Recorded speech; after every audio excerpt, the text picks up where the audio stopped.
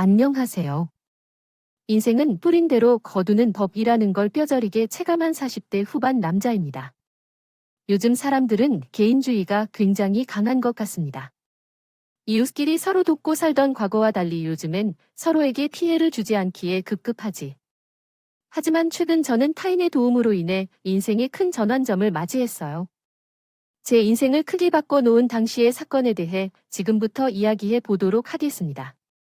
저는 인테리어 업체를 운영하는 사장으로 2층짜리 주택을 서울에 소유하고 있어요. 1층엔 저희 부부와 아들, 딸이 거주했고 반지하 집은 월세를 놓고 있었죠. 나는 오늘 늦어서 당신 먼저 애들이랑 밥 먹어. 아내는 자산관리사로 돈과 일에 대한 욕심이 엄청난 사람이었습니다. 사실 말이 자산관리사이지 아내는 복리 위주로 보험을 취급하는 보험 설계사나 마찬가지였어요. 여러분도 아시다시피 이자에 이자를 주는 것이 복리에 있더라고요. 복리보험은 초반에는 중도 해지하면 대부분 원금 손실이라는군요. 보험을 든 지 10년을 넘어가야 조금씩 이자가 늘어나면서 비과세 혜택을 받을 수 있다고 하더라고요. 아내는 그렇게 고객들의 자산을 관리해주는 일을 했죠. 이륙심이 많은 만큼 내는 고객도 굉장히 많았고 고객 중에는 고위층 손님도 몇 있는 것 같더군요. 야근과 주말 출근이 잦았던 아내는 집안일과 아이들의 일은 뒷전인 사람이었기에 아이들을 돌보는 건 비교적 시간이 자유로운 제 몫이었다. 저를 찾는 일이 훨씬 많았습니다. 제 나이 4살 때 60대 중반의 아주머니께서 제 반지하에 새로 이사를 오셨어요. 아주머니는 조용하고 말수가 적은 분이셨습니다. 아주머니는 마주칠 때마다 목을 내절로 숙이고 지나치기에 아주머니와 대화를 안 할 기회가 별로였어요. 없었죠. 그러다 아주머니가 이사 온 지 반년쯤 지났을 때 아주머니는 2달이나 월세를 쉬었습니다. 제가 건물 청소 일을 하는데 일을 하다가 계단에서 넘어져서 허리를 다쳤어요. 수술을 받고 집에서 지금 쉬고 있어서 제가 일을 못 나가고 있습니다. 게다가 지형까지 악화돼서 다른 병원도 다니고 있고요. 제가 허리만 나으면 빨리 일해서 밀린 월세 전부 낼 테니 조금만 기다려 주시면 안 될까요? 사장님, 월세를 천천히 내셔도 되니까 무리하지 말고 푹 쉬세요. 제대로 회복 안 하고 다시 무리하시면 나중에 정말 큰일 나요.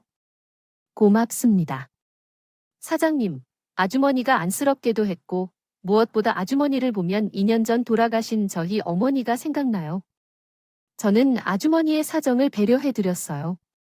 그런데 석 달째 월세가 밀렸을 때 저희 집에선 큰 소란이 일어나고 말았습니다.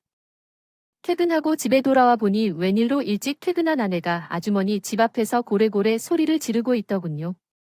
아줌마, 이게 무슨 날강도 같은 신보에 당장 밀린 월세를 전부 내든가 아니면 방을 비우든가 하세요. 이게 벌써 몇 달이나 되었나요? 네, 죄송합니다. 사모님, 제가 허리를 다쳐서 아직 일을 나가지 못하고 있어요. 아휴, 몸뚱이가 늙어서 뼈가 잘 물리지 않네요. 그것뿐만이 아니라 우리도 손해를 보고 있답니다. 사정을 봤을 때 우리는 땅을 파서 장사하는 줄 아세요? 월세를 내지 않을 거면 당장 방을 비우세요. 우리만 손해볼 거라고요. 아내에게 아주머니의 사정을 잘 설명한 것 같습니다. 돈 문제라면 눈이 뒤집힐 만큼 화가 난 아내는 결국 아주머니를 찾아가기로 했네요. 아주머니는 허리를 붙들고 고개를 숙여 있었어요. 저는 급히 그들에게 다가가 아내에게 화를 품었습니다. 당신, 아무리 화가 나도 어른들에게 이러면 안 돼. 이게 어떤 무리한 짓이야? 지금 당장 월세를 받지 않는다고 우리가 굶어 죽을 거라도 하는 거야? 당신 이렇게 나오니까? 내가 나선 거야? 이 집이 아무리 당신 명의여도 안에 나도 충분히 간섭할 리 있어? 당신이 무슨 자선사과야. 난 당신처럼 착한 사람이 아니라서 손해보는 건 딱 질색이야. 불쌍한 건 불쌍한 거고 받을 건 제때 받아야지. 아줌마, 다음 주까지 밀린 월세 다 안 내면 나 방 내놓을 거예요. 그리고 그동안 밀린 월세는 보증금에서 다 제하고 줄 거예요. 알아들었어요? 아내는 발을 쿵쾅대며 집으로 들어가 버렸습니다. 저는 한숨 쉬며 아주머니에게 사과를 했어요. 아닙니다, 사장님. 오히려 저 때문에 난처하게 만들어드려서 죄송합니다. 아무래도 전이 집에서 나가야 할 것 같네요. 아니에요. 그러지 마세요. 그 몸으로 어떻게 이사를 한다고 하세요. 눈물을 글썽이는 아주머니의 모습을 보니 마음이 편칠 않더군요. 다음 날 저는 아주머니 이름으로 제 통장에 밀린 월세를 입금했습니다. 그리고 아내에게 아주머니가 월세를 냈다고 말하며 이체 내역을 확인시켜줬어요. 왜 이렇게까지 하는 거냐고 물으신다면 저는 아내의 성격을 알고 있기에 일로 아내와 더 이상 다투고 싶지 않았거든요. 게다가 저 또한 굉장히 가난했던 어린 시절이 있었기에 힘들게 살고 있는 아주머니의 사정이 남일처럼 느껴지지 않았죠. 다음 날 저는 아주머니를 찾아가 제가 대신 월세를 해결했으니 그 돈은 갚지 않아도 된다고 말씀드렸습니다. 아주머니는 당혹스럽고 미안한 표정으로 제게 물으시더군요. 아니, 대체 왜 제게 그렇게까지 해주시는 거예요? 저야 너무 감사하지만 제가 너무 염치 없고 죄송해서 사실 저도 어릴 적에 무척 힘들게 살았거든요. 저희 식구는 부모님과 저 그리고 남동생과 여동생 이렇게 5식구였던 워낙에 가난해서 제가 고등학교에 들어갈 때까지 딱 이만한 단칸방에서 온 식구가 살았어요. 그때 집주인분이 저희를 굉장히 많이 배려해주고 도와주셨어요. 그분 아니었으면 저희 가족은 진즉이 길바닥에 나 앉았을 때도 몰라요. 그래서 아주머니 일이 남일 같지 않더라고요. 게다가 아버지까지 제 나이 20살에 돌아가시는 바람에 어머니가 굉장히 고생을 많이 하셨는데 이제 겨우 좀 먹고 살만해져서 효도하고 살려 했더니 2년 전에 그만 안무 어머니가 돌아가시고 말았어요. 아주머니를 보면 평생 힘들게만 살다 돌아가신 저희 어머니 생각이 많이 나더라고요. 그래서 제가 좋아서 도와드리는 거니까 너무 부담 갖지 말아주세요. 제 사연을 들은 아주머니는 제 손을 잡고 연신 고맙다며 눈물을 글썽이시더군요.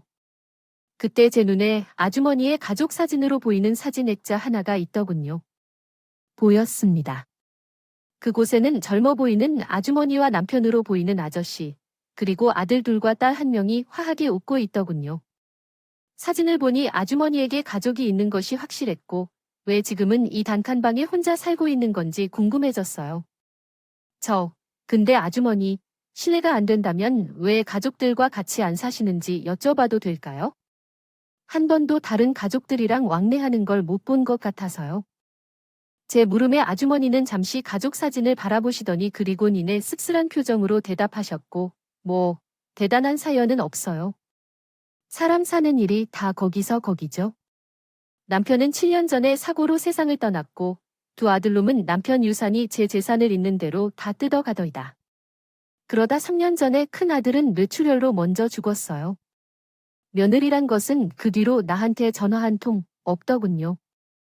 둘째, 아들은 자식들을 조기 유학시키겠다고 해서 해외로 이민을 가버린 뒤 연락이 없었고 그나마 찾던 막내딸은 어떤 논팽이 같은 놈을 만나 반대하여 집을 나가버렸어요. 그래서 지금은 연락되는 자식들도 없이 이렇게 혼자 쓸쓸히 늙어가고 있지요. 제 팔자가 참 초라하다고 생각해요. 이런 내 모습이 처량하고 어디 말하기도 창피해서 이젠 사람들과 말도 잘 안 섞습니다. 사정을 들어보니 아주머니가 살아온 현실이 너무 잔인하게 느껴져 더욱 가슴이 아파왔어요. 그래서 서로의 가정 사정을 이야기하며 유대를 쌓았죠. 우리는 그 뒤로 조금씩 교류를 하기 시작했습니다. 아주머니는 전과 달리 마주치면 반갑게 인사를 하며 서로의 근황을 묻기도 했어요. 한 달이 지난 후에는 아주머니가 다시 일을 나가실 수 있었죠. 그렇게 아주머니가 우리 집에 새들어 산 지 2년쯤이 지난 어느 날이었어요. 이상하게도 며칠째 자꾸만 밖에서 아기 울음소리가 들리더군요. 처음엔 가까이 있는 이웃집에서 나는 소리인가 싶었는데 소리가 너무 큰 것이 아무래도 아주머니 집에서 나는 소리 같더라고요. 아우, 시끄러. 대체 뭐야? 하루 이틀도 아니고 안 되겠어? 내가 직접 찾아가서 확인해봐야지. 결국 참지 못한 아내는 잔뜩 짜증이 난 표정으로 아주머니의 집을 찾아갔습니다. 저 또한 대체 왜 아기 울음소리가 들리는지 궁금했기에 황급히 아내의 뒤를 따라갔죠. 저요, 아줌마 좀 나와 보세요. 지금 시간이 밤 12시인데 대체 왜 이렇게 시끄러워요? 집에 아기 있어요. 안내 신경질적인 외침에 아주머니의 집 문이 열리더군요. 그런데 아주머니의 집에서 나온 사람은 아주머니 혼자가 아니었습니다. 아주머니 옆엔 죄송한 표정을 지은 한 젊은 여자가 아기를 안고 서 있었어요. 어딘가 얼굴이 익숙했는데 자세히 뜯어보니 그 여자는 바로 아주머니의 가족 사진 속에서 웃고 있던 아주머니의 막내딸이더라. 그요. 아주머니는 미안한 표정으로 아내에게 사과를 했죠. 죄송합니다. 사모님.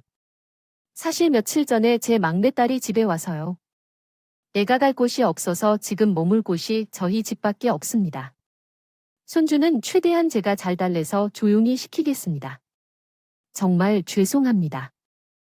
그럼 지금 따님이랑 저 아기까지 같이 이 집에서 사시겠다는 거예요? 내가 진짜 어이가 없어서 아줌마의 집 혼자 살기로 하고 우리랑 계약한 거 아니에요? 지금 우리 큰애가 고등학생인데 애 공부는 어쩌라고 하루 종일 빽빽 울어낸 아기를 데리고 있겠다는 거예요. 며칠 안 된 지금도 애 울림소리 때문에 네가 지끈거려 죽겠는데 당장 내보내던가 아니면 월세를 2배로 내던가 하세요. 두두 배요. 아내는 삿대질까지 하며 소리를 바락바락 지르더군요. 그럴수록 아기 울음소리는 점점 더 커졌고 아주머니의 딸의 고개는 더욱 푹 숙여져 갔어요. 보다 못한 나는 아내를 타박했고 우선 진정해 방 하나에서 사는 건 똑같은데 무슨 월세를 2배로 내래? 그리고 갈 곳이 없다는데 저 갓난애를 데리고 사람을 어디로 나가라는 거야? 우리도 애들 키울 때 주위에서 배려 많이 받았잖아. 애가 우는 건 당연한 거지. 우리 옛날 시절 생각해서 우리가 배려하고 넘어가자고. 자자, 얼른 집으로 돌아가자. 아, 여보, 저는 아내를 말리며 집으로 데리고 들어왔어요. 그리고 다음날 마주친 아주머니는 제게 전날엔 고마웠다고 말하며 울먹이는 목소리로 이렇게 말씀하시더군요. 제가 사장님 사모님께 참 염치가 없네요. 사실 우리 딸이 집을 나가서 제가 그렇게 반대했던 놈이랑 동거를 하다가 애를 덜컥 낳아버렸지 뭐예요. 근데 그 썩을 놈이 한다도 혼인신고를 차빌 미루다가 결국 일방적으로 헤어지자고 통보하고 우리 딸을 저 어린애랑 같이 해버렸답니다. 그래서 돈도 갈 곳도 없던 딸이 그제야 제게 연락해서 저희 집으로 오게 된 거예요. 자기 팔자 자기가 아주 베베꾼 건 사실이지만 부모가 돼서 어떻게 오할 데 없는 미모로 나타난 딸을 내칠 수 있겠습니까? 더 넓은 집으로 가고 싶어도 당장이 집월세 내기도 빠듯한데 가긴 어딜 갑니까? 정을 봐주셔서 정말로 감사합니다. 사장님, 어떻게 이 아주머니에게 이런 딱한 사정만 생기는 건지 참 세상이 불공평하다는 생각이 들더군요. 2년간 많이 정든 아주머니에게 측근 지심을 가지고 있던 전 어떻게든 아주머니를 돕고 싶어서 그 집에 기저귀나 분유 등 아기 용품들을 아내 몰래 사다 주기 시작했습니다. 감사합니다. 아저씨 씨, 제가 이 은행 나중에 어떻게 해서든 꼭 갚을게요. 아주머니 말처럼 저와 17살 차이가 나던 아주머니의 딸은 참 순하고 착했습니다.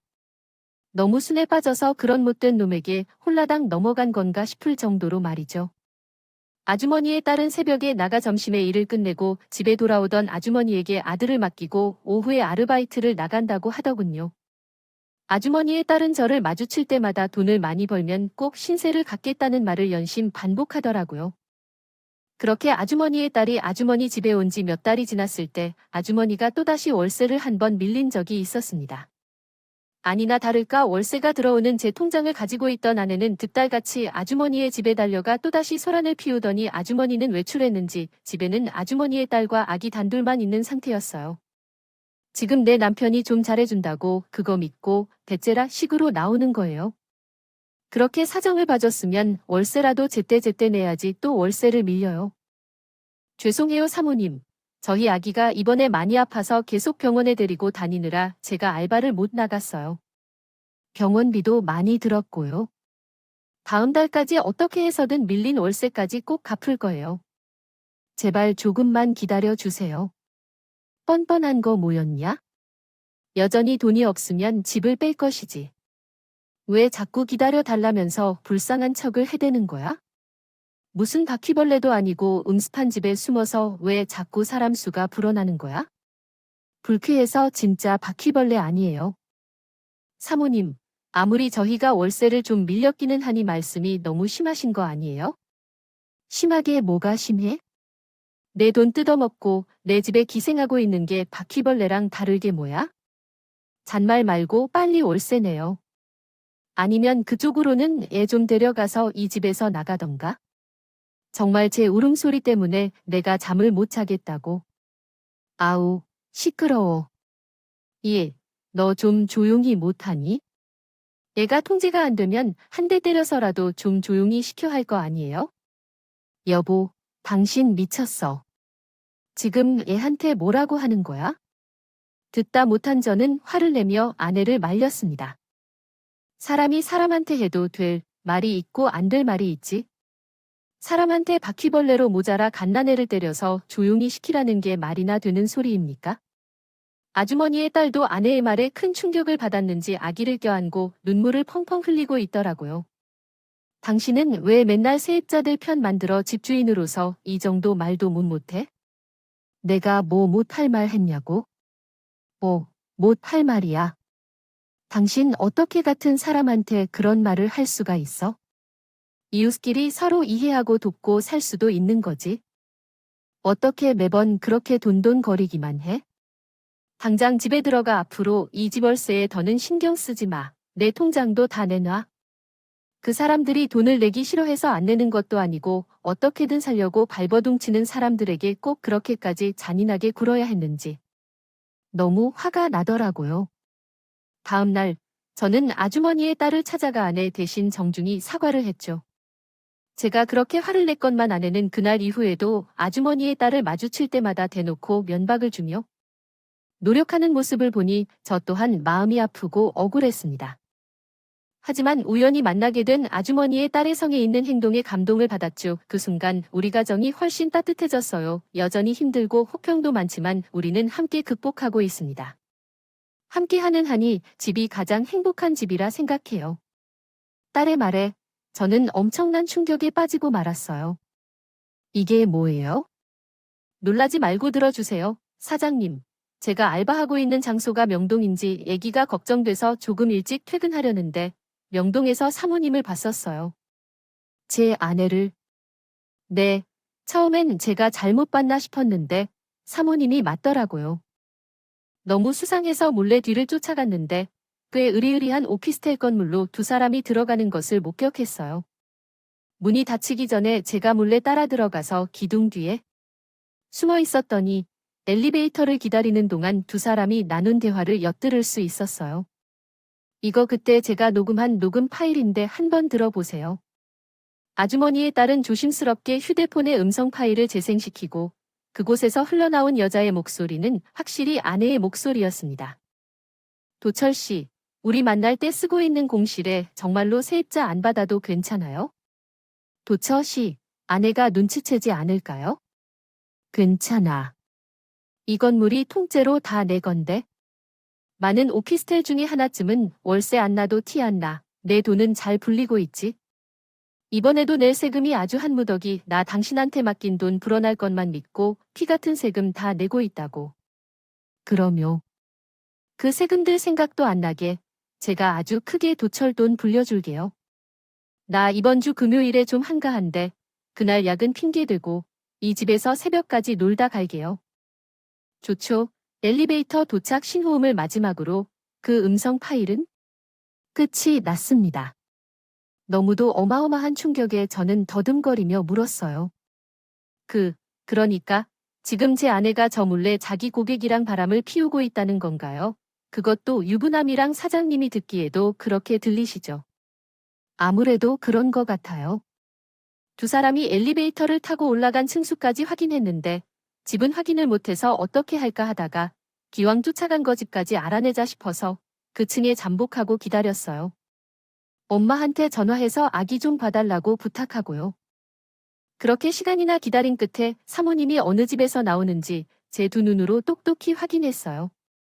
사장님께 드린 쪽지에 그 집 주소가 적혀 있어요. 충격을 받은 제가 물끄러미 그 쪽지를 들여다보고 있자 아주머니의 딸은 기어들어가는 목소리로 이렇게 말했습니다. 참 나쁘네요. 아저씨, 저 사실 아저씨를 위한 선의로 사모님들을 따라갔던 거 아니에요? 그동안 사모님이 저랑 엄마한테 못되게 대한 거 그리고 제 아들까지 싸잡아서 모욕했던 거에 대해 앙심을 품고 있었어요. 저한텐 그래도 되지만 제 아들한테 아직 그러니까 너무 화가 나서요. 그래서 어떻게든 복수하고 싶어서 음침하게 녹음도 하고 집까지 알아냈던 거예요. 저 추잡하고 아니에요. 충분히 이해합니다. 그렇게 생각하지 말아요. 말 꺼내기 어려웠을 텐데 제게 이렇게 이야기해줘서 고맙습니다. 제 말에 아주머니의 딸은 얼굴을 붉힌 채로 결국 눈물을 뚝뚝 흘렸고 저는 아주머니의 딸에게 조용히 손수건을 건네주었죠. 그리고 다음날 저는 가게 문을 일찍 닫고 아내에게 전화를 걸었습니다. 아내가 그 남자에게 말했던 한가하다는 금요일이 바로 그 날이었거든요. 당신 이래 오늘 애들이랑 같이 저녁에 외식이나 하면 어떨까 해서 당신 바빠서 애들이랑 외식하지 오래됐잖아. 저는 아내가 그러자고 대답하길 그래서 제발 그 남자를 만나러 간 것이 아니길 간절히 바라며 말했습니다. 하지만 아내는 그런 제 마지막 희망을 산산조각 내버렸죠. 아, 나 오늘 일이 너무 많아. 아마 새벽은 들어갈 테니까 나 기다리지 말고 애들이랑 셋이서 저녁 맛있게 먹어. 저는 참담한 마음으로 전화를 끊었습니다. 그리고 그 즉시 쪽지에 적힌 주소지로 차를 몰고 찾아갔죠. 부서진 제 희망을 거듭 비웃듯 그 건물의 지하 주차장엔 아내의 차가 버젓이 주차되어 있더군요. 저는 마음을 굳게 먹고 쪽지에 적힌 호수를 찾아가 초인종을 눌렀어요. 누구세요? 아내가 문을 연 순간 저는 현관문을 획 잡아당겨 문을 활짝 열고 성집 안으로 쳐들어갔습니다. 그리곤 재빠르게 방 한 칸, 거실 하나짜리 그 오피스 내부를 둘러보았죠. 가관도 그런 가관이 없더군요. 거실엔 아내와 그놈의 사진이 대문장 만하게 걸려 있었고 집안은 온통 신혼집처럼 아기자기하게 꾸며져 있었어요. 저는 망설임 없이 집 내부를 휴대폰으로 마구마구 찍어댔습니다. 그리곤 두 사람 몰래 녹음기를 켜고 휴대폰을 안주머니에 찔러 넣었죠. 모두 이혼할 때 증거로 사용하기 위해서 말이에요. 여보, 당신이 여긴 어떻게? 여보에게 말하자 아내는 소스라치게 놀란 듯이 황급히 저를 따라 들어왔어요. 여보라는 말에 아내의 상간남이 침실에서 불이 낮게 달려 나오더군요. 우습게도 두 사람은 커플 잠옷가게 사이좋게 입고 있더라고요. 당신이 내 아내랑 바람난 내 아내 고객이야. 커플 자옷 꼬라지 봐라. 아주 둘이서 생쇼를 하고 살았네. 이 집은 뭐 거의 신혼집 아니야? 여보, 이 사람은 있지? 이게 어떻게 된 거냐면 변명할 생각하지도 마. 이미 다 알고 왔으니까. 그리고 둘이서 찍은 사진을 거실이 대문장 만하게 걸어놓고 커플 잠까지 입고 있는 마당에 대체 뭐라고 변명하려고? 화보 촬영이라도 하러 오셨어요. 제 말에 아내는 꿀먹은 벙어리처럼 아무 말도 못했습니다. 그 옆에 선 상간남은 누나를 마구 굴려대는데 꿀이 어떻게든 빠져나가려 머리를 쥐어 짜내는 중인 듯 했어요. 그 와중에 더 부하가 치밀었다. 건 그 남자는 키가 크고 얼굴이 훤칠하고 심지어 저보다 어려 보이지도 않았어요. 적어도 아내보다 10살은 좋기 더 많아 보였죠. 워낙이 돈을 밝히는 아내였으면 그라는 그 자식이 돈을 보고 만나고 있는 건가 싶었어요. 살르란 제 표정을 본 아내는 빠져나가긴 틀렸다 싶었는지 대뜸 무릎을 털썩 꿇고 빌기 시작했습니다. 여보, 내가 잘못했어. 나 이 사람이랑 몇 번 안 만났어. 그냥 워낙 큰 고객이라 친하게 지내다 보니까 내가가 잠깐 정신이 나갔었나 봐. 그 몇 번을 얼마나 지나게 만났기에 이런 미래 장소까지 신혼집으로 꾸며놓냐? 어쩜 그렇게 끝까지 핑계댈 생각만 해. 그리고 당신도 유부남이지만 난이 겁도 없이 배우자들 뒤통수를 쳐 집에서 피눈물을 흘릴 가족은 생각도 안 하고 눈앞에 쾌락에만 미쳐서 이런 짐승 같은 짓거리 저지르고. 너희 둘 다 가만 안 놔둘 거야? 너희들이 어떤 인간인지 만천하 싹 다 까발려서 내가 받은 상처 곱절로 되돌려줄 거야? 보세요. 우선 진정 좀 하세요. 네, 내가 어떻게 하면 눈감아 죽겠습니까? 돈이라면 원하는 대로 줄 테니까 우리 지성인답게 대화로 해결합시다. 네, 대화. 대화 같은 소리 하고 있네. 지성이는 다 얼어 죽었냐? 성인이라는 놈이 남의 아내를 가로채서 짐승처럼 붙어 먹었어. 가정을 배신한 순간 너희 두 연놈. 지성인 아니 인간이 아니라 짐승이 된 거야? 짐승을 사람답게 대하면 되냐? 짐승처럼 대하지. 둘 다 두고 봐, 여보, 여보. 당신 남편이 집 사진 찍었어. 우선 휴대폰부터 빼앗아 봐. 저는 있는 대로 소리를 질러대며 현관으로 향했습니다. 그리고 이렇게 쉬었다가는 다음에 계획한 더 중요한 재료들을 다 때가 높아진 불판에 살미스코인 쇠에 코끼리 먼저 야채를 넣고 있습니다. 이때 살미스코가 자동으로 지지를 잠금하자 막 물을 섞습니다. 들팥잡은 다음 조심히 섞어 살미스코인 옆에서 쉬지 않고 섞기를 끄고 해야 합니다. 20분 만에 섞할 준비가 다 되고 있습니다. 때를 맞춰 끓인 표면에 주 목삼지 치즈 적셔집니다. 리동안에 섞을 시간이 없지만 오늘은 그리운 사람에게 요리하는 것을 보여주기로 7가지 옛날 이야기를 나뉘어 보기로 했고 각자가 맡은 임무를 수행하기 위해서는 런던 축의 옆자리에 앉음. 만약 나의 이야기가 마지 사람 신에게 널리 알리게 될 만큼 북쪽 힘으로 작용한다면 완전히 다른 버전으로 다시 사연을 감싸고 있다. 여기 이 책을 내가 내게 주는 인연을 백슬래시 사인 앤넬이 겨원에 넣는 것이 되겠다. 관리 지웠고 이제 깰번에 이 사연 소개를 바라랜다고 느끼지만 이 영내 사활이 정말로 특별할 것 같아서이니 백슬래시 사인 내가 이 책을 왜 선택했는가? 혹은 내가 바란 것 백슬래시 사인까지 적어보세요. 어서 백슬래시 사인 엔지금 대협지 통치를 백슬래시 사인 엔지금 우발지 2020년 11월 2일부터 원리치 여당 진행 작품에 대해 중간 조회 어플이 몇 번 소개였습니다. 제외되는 소방학 135번 발표 설렘부의 마하신 방향, 부장터, 담공구업 258-2조 및 용역입니다. 백슬래시 사인 애난 연기 10대 01, 2001 전직 민마를 EP 5000 제100123123-2005 소적, 백슬래시 사인 엔기고, 는 집중추특 추저가 시산방아지가과 발리입 시공엄소 10부에 돌어 지키 10한임으로요입니다. 모호제착이다 후기천여천달간 허겁고 지스네 1인을 각검리과 업차중 들음은 hen시부하부타 나가겨 그리드 단공우제 큰작참이한 대국청을 제로 대성민공금을리가 과일시하성 식은지해신 명적간 이육미킬리다 백슬래시 사인 앵그러자 두 연못 나에게 달려드는 바보두요. 나는 빨리 몸을 피했어요.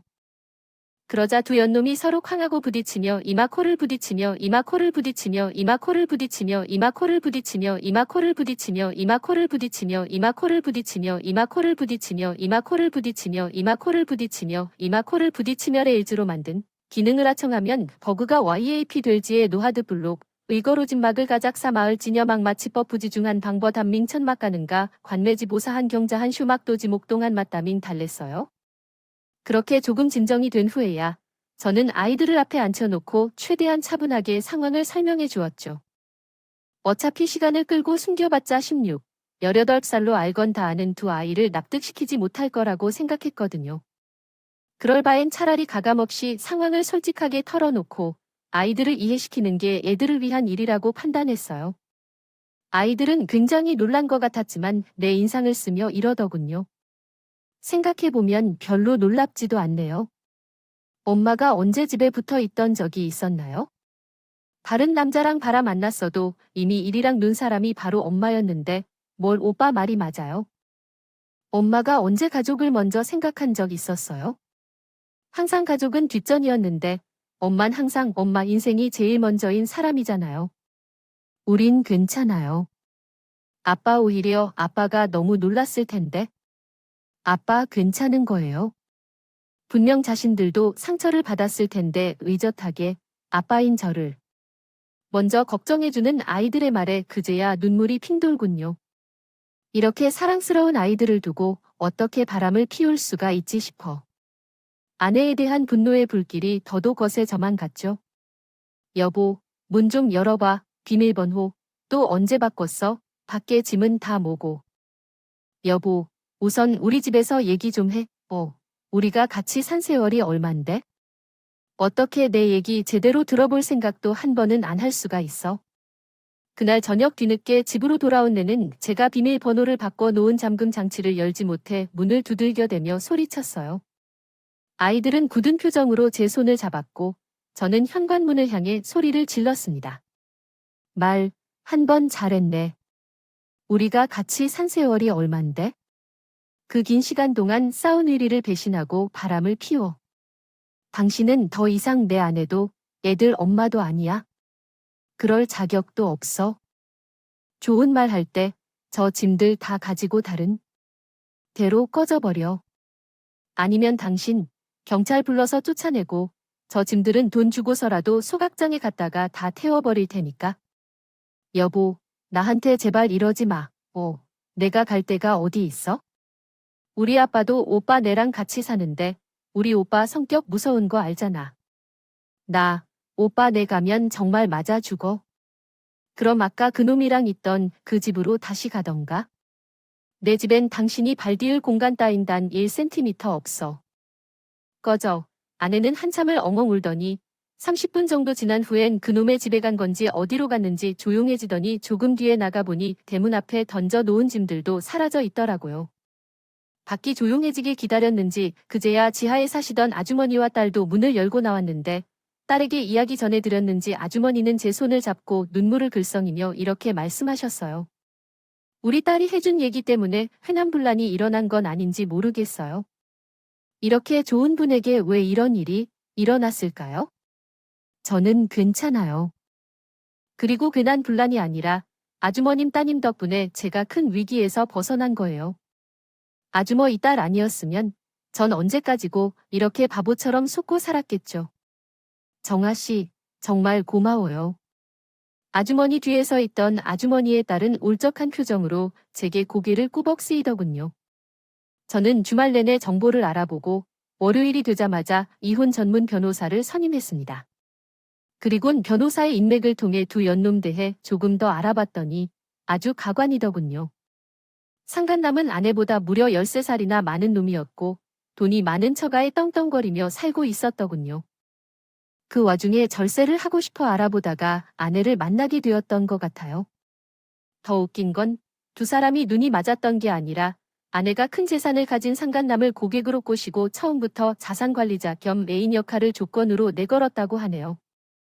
아내란 사람이 이 정도까지 돈에 환장한 돈 벌레인 줄은 정말 꿈에도 몰랐습니다. 이 정도면 아내가 그동안 많은 고객을 유치할 수 있었던 게 순전히 능력 때문만은 아니지 않았을까? 이런 의심이 당연하게 들더라고요. 저는 아내 회사로 혼소장을 보냈습니다. 그 후 저는 아내의 실체를 하나도 빠짐없이 적어 아내 회사에 민원 글을 올렸습니다. 하지만 그 정도로는 제가 배신감의 절반도 떨쳐내지 못하겠더군요. 그래서 전 그 다음 날 아예 아내가 일하던 회사 집으로 쳐들어갔죠. 안녕하세요. 저 좋은 경씨 남편 되는 사람입니다. 여보, 어디서 지내고 있었는지 모르겠지만 아내는 그 와중에도 출근을 했더라고요. 저는 당황하는 아내를 뿌리치며 큰 소리로 소리쳤어요. 벌써 소문이 다졌을 때이 회사는 아직도 이런 불량스러운 직원을 자르지 않았습니까? 몸으로 남자들 꼬셔서 고객들 모으고 유치하는 이런 사람을 그대로 회사에 둔다면 정직하게 일하는 다른 분들을 무시하는 처사 아닌가요? 이 회사는 방법이 어떻든 간에 고객만 잘 물어오면 다 무기 내줍니까? 아이고, 사장님, 왜 이러십니까? 안 그래도 회사 내부에서 좋은 경씨 처벌에 대해 논의 중입니다. 조금만 기다려 주시면 저희가 징계 내용에 대해 직접 사장님께 통보해 드리겠습니다. 그러니까 이만 돌아가 주세요. 부탁드립니다. 그러자 아내의 관처럼 보이는 중년의 남자가 제게 달려와 땀을 삐질삐질 흘리며 저를 설득하고 이만하면 됐다 싶어 저는 그 남자에게 제 연락처를 남기고는 아내를 위아래로 훑어본 뒤 유유히 그 회사를 빠져나왔죠. 아내는 분상했는지 벌개지 눈으로 눈물을 뚝뚝 흘리고 있었어요. 그리고 전 그 남자의 건물 바로 앞에 아주 커다란 현수막을 걸었습니다. 자식이 둘이나 있는 남의 아내와 붙어먹은 건물주를 고발합니다. 이 건물은 불륜 남녀의 미래, 장소로 사용된 더러운 장소입니다. 현수막을 본 상간남은 보자마자 가위를 들고 나와 갈기갈기 잘라 버리더군요. 하지만 제가 누굽니까? 바로 인테리어 업체 사장이 아닌가요? 현수막 몇 장 더 만드는 건 일도 아니었죠. 저는 매일같이 현수막을 새로 가져가 걸었습니다. 찢어져 있으면 다시 걸고 글씨가 담배불로 지어져 있으면 또 새로 바꿔 걸었죠. 당신 진짜 명예훼손으로 고소당하고 싶어 해. 애초에 그깟 고소가 무서웠으면 이딴 일 시작하지도 않았어. 이 더러운 놈아. 자기 돈도 아니고 자기 처갓돈으로 떵떵거리며 사는 놈이 그 돈으로 바람을 피고 싶었냐? 남자 망신은 너 같은 놈이 다 시키는 거야. 저는 정말로 고소가 털끝만큼도 무섭지 않았습니다. 제 값이야 받으면 그만이니 제 인생을 망가뜨리는데 한몫 톡톡히 한 그놈을 어떻게든 엿먹이고 싶었거든요. 그리고 그놈은 정말로 저를 고소했지만 그와 동시에 그놈은 가족들에게 바람을 피운 사실이 전부 까발려지고 말았더니 그놈의 아내라는 사람이 자신의 이혼 소송을 도와달라며 제게 연락을 해왔기에 알게 된 사실이었죠. 저는 명예훼손과 현수막 불법 설치로 벌금을 물게 되었습니다. 이미 목적을 달성했던 전 아주 가뿐한 마음으로 벌금을 냈습니다. 유 아내의 상사는 제게 한 약속대로 아내의 처분에 대해 제게 알려주었습니다. 아내는 곧바로 애서 잘렸고 회사는 아내에게 피해보상 소송을 걸었다. 그 이후 조은경 씨, 다른 고객들이 조은경 씨 실체를 다 알게 되면서 전부 계약 해지 요구했어요. 회사 입장에선 이미지 실추에 큰 손해까지 입었으니 당연히 조은경 씨한테 배상액을 요구할 수밖에요. 게다가 조은경 씨, 그동안 한 보험 계약에 대한 판매 수당들이 모조리 다 토해내야 해요. 보험 한 수지 환수 금액의 손해배상 금액까지 다 하면 아마 물어낼 금액이 어마어마할 것입니다. 겁니다. 그렇게 돈 좋아하는 돈벌레가 막대한 금액을 물어내야 한다니 참으로 통쾌한 소식이 아닐 수 없었습니다. 그 와중에 이혼 소송은 계속 진행 중이었는데 저는 상관남과 아내에게 모두 따로 위자료 소송을 걸었어요. 그렇게 한창 소송들이 진행되던 와중에 아내에게서 전화가 한 통 걸려 오더군요. 이혼에 관한 이야기인가 싶어 전화를 받았는데 그 통화에서 예상치 못한 통쾌함을 느끼게 되었습니다. 여보, 제발 위자료 소송이라도 좀 취소해줘. 나 사실 그동안 고객들 돈 조금씩 따로 빼서 썼단 말이야. 어차피 나중에 불려주면 되니까 그 돈으로 사고 싶은 명품도 샀고 고객들 선물도 샀는데 지금 그 돈들 다 메꿔야 되게 생겼어. 거기다가 그놈 아내한테 줄 위자료, 보험 한 수에 회사 피해 보상까지 해줘야 돼서 지금 대출을 다 당겼어도 돈이 모자라 그러니까 제발 위자료도 좀 봐주라. 나 이러다 진짜 길바닥에 나 한 끽 생겼어. 나랑 만났던 그놈도 나 때문에 자기 인생 망쳤다고. 나 차버려서 그놈한테 돈을 못 빌려. 나 지금 원룸에서 겨우 생활하고 있는데 이러다가 진짜 보증금 다 빼고 고시원이라도 들어가야 될 판인데 왜 그래? 돈이 없으면 고시원이나 길바닥이야. 뭐가 문제야? 당신이 항상 아주머니랑 아주머니 딸한테 그랬잖아. 돈 없는 건 당신들 사정이라고. 돈 없으면 주지에 맞게 살아야 된다는 건 당신 철칙이 있잖아. 안 그래? 당신이 저지른 일은 당신이 알아서 해결하고 난 내가 받을 거 다 챙길 거야. 당신이 그랬잖아. 손해보고 사는 거 일하고. 알아서 잘 해봐. 어디. 저는 그대로 전화를 두고 넣어버렸습니다. 평소에 그렇게 돈 없는 사람들을 무시하고 갑질하다 사람 일은 나중에 어떻게 될지 아무도 모르는 거라고 생각했죠. 그렇게 긴 이혼 소송 끝에 저는 유리한 재산 분할을 받고 이혼할 수 있었습니다. 그리고 아내와 상간남의 위자료도 실컷 뜯어낼 수 있었어요.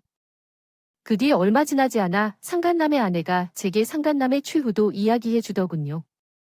상간남은 자기 아내에게 이혼당하고 처가에서 지원받은 모든 걸 빼앗기고 전에 비하면 턱없이 적은 재산만 수중에 남길 수 있었다고 하네요. 아주 쌤통이었다. 의미로 아주머니와 아주머니의 딸에게 무상으로 2년의 월세 계약을 연장해 주었고 따로 두둑이 사례도 했습니다. 정아이 아니었으면 제가 그런 추악한 인간의 안내랍시고 데리고 살고 있는 줄 까맣게 모를 뻔했네요. 다시 한번 정말 감사드려요. 적지 않은 액수에 놀란 두 사람은 이러려고 은혜를 갚은 게 아니라며 사례금을 거절하더니 저는 그런 두 사람에게 제 인생을 구제해준 값을 적게 치를 수 없다며 단호하게 말하곤 끝까지 돈을 건네죠. 저희 아이들은 아내의 실체를 알 후 아예 아내를 손절해 버렸습니다. 어차피 오빠도 나도 엄마랑 붙어있던 적이 별로 없어서 엄마에 대해 별 미련 없어요. 우린 그저 아빠가 행복하기만 하면 돼요.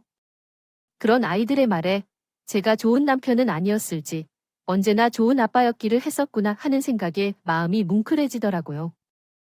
엄마에 대해 힘들어했던 아이들과 달리 아내는 모든 걸 다 잃은 이제 와서야 자식들 생각이 났나 보더군요.